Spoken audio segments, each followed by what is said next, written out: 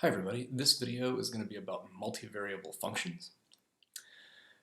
So we've talked about vector valued functions before, in which case we would give a single number a value of our parameter, usually t, and it would give us vectors which, when based at the origin, would trace out a path in either the plane or in space. So we would give it one number, and at any point that would then return 2 or 3 numbers, whether we were talking about a plane curve or a space curve. But multivariable functions are ones which have multiple independent variables. That is, they take in multiple numbers. And so we'll look at examples today that take in either 2 numbers and return 1, or take in 3 numbers and return 1. And sort of ways to think about these types of functions. So for those, excuse me, for those functions that take in, multivariable functions that take 2 numbers and return 1, a convenient way to think about them most of the time is, you see in the picture here, you can find the xy plane. And if you tell this particular function your position in the xy plane, it will then return a number, and you can use that number to set your height. So you tell it where you are on the xy plane, and then the function tells you what height to go to be on this surface. So thought of in this way, this function describes some surface in space. You give it 2 numbers, it gives you 1. In the example where we have multivariable functions that take in 3 numbers and return 1, you could imagine something like temperature. So you tell the function where you are in space, you need to give it an x, y, and z coordinate, and it will return the temperature at that point. And so this example here doesn't seem to be defined for every point in space, but for those points in space where it is defined, we can see it's been sort of color-coded. You could imagine if this was, like I said, a temperature function, that this would tell you the temperature at those places in space for which it's defined. And I should mention, most of the graphics for this video I created using pgfplot in LaTeX. Even though LaTeX is not designed to produce graphics, that package is very powerful. You can do a lot of really make a lot of really nice graphics with pgfplots. This graphic came straight from the pgfplots manual. So if you ever need to see how to produce some really high quality images, you can do that with pgfplots, and this is one of the examples from that. Okay, so let's go back to the surface that we had talked about. Remember, we tell it where we are on the xy plane, and it tells us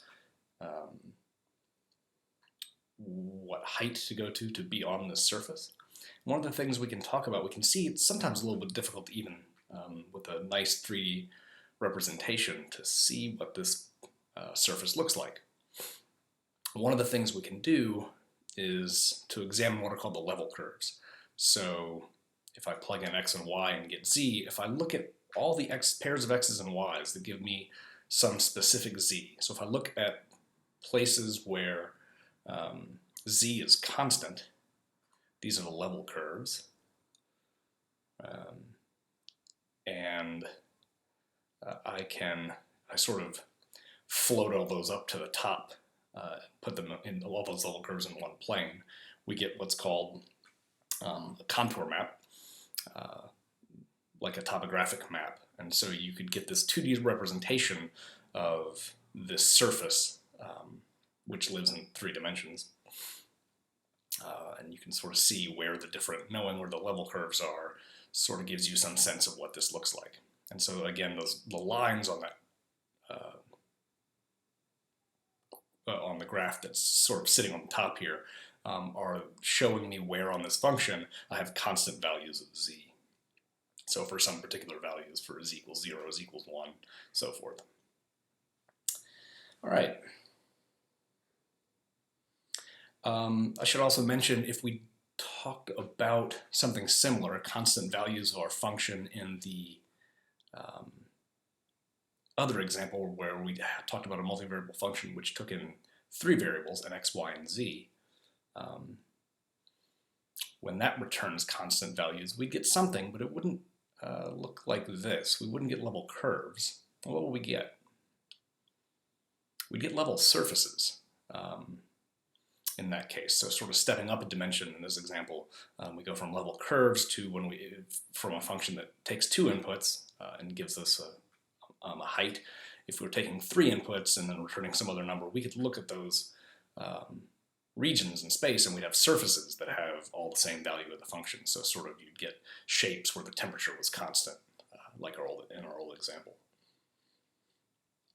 All right. So this is what happens when we sort of fix z and see what's going on, what x's and y's have the same z value. We can certainly do it other ways as well. If you look at this picture, you see some lines sort of running away from you along the direction of the y-axis, and so that are on the surface. Those curves on the surface are for fixed values of x, and that's something we can do. We can look at all the cross sections. Sorry, for fixed values of x. So fix x to be 0 and see what's going on in terms of y and z, and then pick a different x and fix that to be 0 and see what's going on in terms of y and z. And so sort of on the left wall here, I've taken all those and projected them over, some of them anyway, and you can see those cross sections for different values of z. So each one, or different values of x. So each one of those curves that you see there, a little bit hidden by the graph in this case, but you can imagine what that looks like. Each one of those corresponds to some fixed value of x, and it shows what's going on in planes parallel to the YZ plane. And I could just as well do it the other way, and you can see the lines on the surface again, where instead we've fixed the value of y, and we look at what's going on in planes parallel to the XZ plane, and we can again sort of see some of those projected against the back wall. Those are cross sections for each one of those corresponds to some specific value of y. Right, so that does it for this video, and I'll see you guys in class.